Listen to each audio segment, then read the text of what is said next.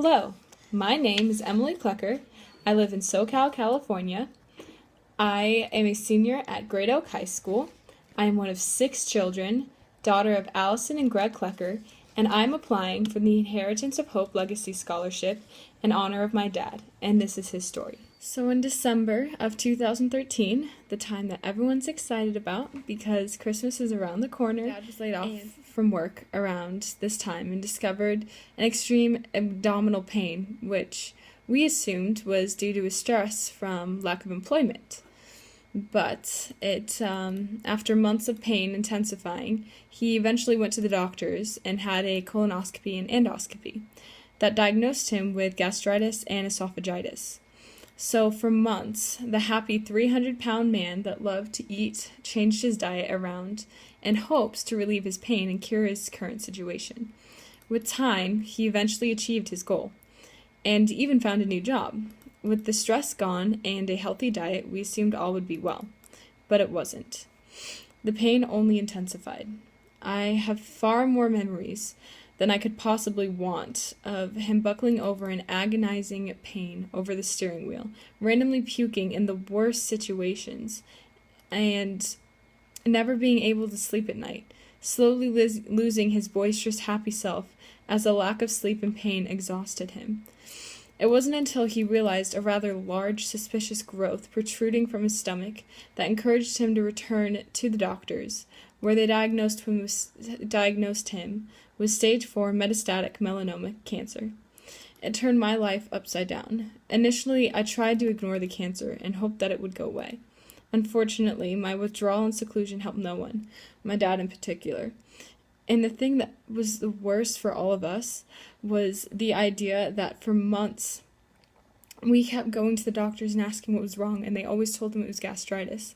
But in all actuality, it was a cancerous tumor that was growing larger and larger in his stomach, killing him from the inside out. He was able to find the doctor that sent him to the right care facility that has actually been giving him these drugs that they didn't even have before 2012, known as ipilimumab, Yervoy from Bristol Myers Squibb, and it's completely helped him. It's what's saving his life right now. Before, he wasn't able to walk or move around or even leave his bedside. It was most disheartening for us to think about how just this past year, both my older siblings were married, my older brother and my older sister, and at my older sister's wedding, my younger sister and I, we watched her have her daddy-daughter dance, and we both were crying because we were happy because it was happening, but also we were upset because we wondered if we would have the same opportunity for when we got married, because the terrible thing about cancer is you never know how long you have with them.